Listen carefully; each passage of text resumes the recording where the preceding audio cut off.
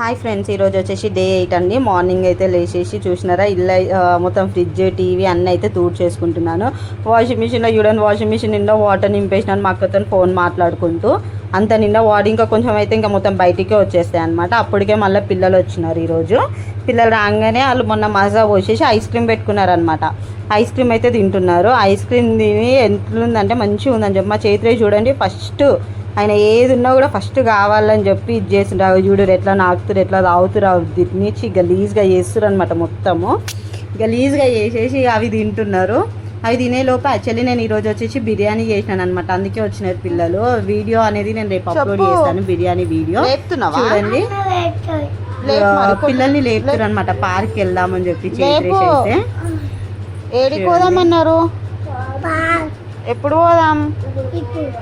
నడురు మరి, మొహాలు కడుక్కోరి. అయితే లేపిన తర్వాత ఇక్కడ వచ్చేసి పార్క్ వెళ్దామని చెప్పేసి అంటున్నారు. వెళ్తుంటే చూడండి మళ్ళీ ఏమంటున్నాడు, ఆయన ఎలా మాట్లాడుతున్నాడో. ఏడికి పోతున్నావు? పార్కా? ఎందుకు? బోరు కొడుతుంది. ఎట్లా కొడుతుంది బోరు? ఇంకా పార్క్ అయితే వెళ్ళిపోయినాము. పార్క్ వెళ్ళిపోయి ఇంకా వాళ్ళు మంచిగా అక్కడ ఆడుకుంటున్నారు. ఎప్పుడు తీసుకెళ్దామన్నా కూడా కుదురుతలేదన్నమాట పార్క్కి. సో అలా అని చెప్పేసి ఇలా కుదిరింది అని చెప్పేసి ఇంకా తీసుకొని వెళ్ళాను. అక్కడ అడ్డగోలుగా ఆడారు. ఇంక ఈవినింగ్ వచ్చేసి రిలయన్స్కి వెళ్ళేసి వచ్చామన్నమాట.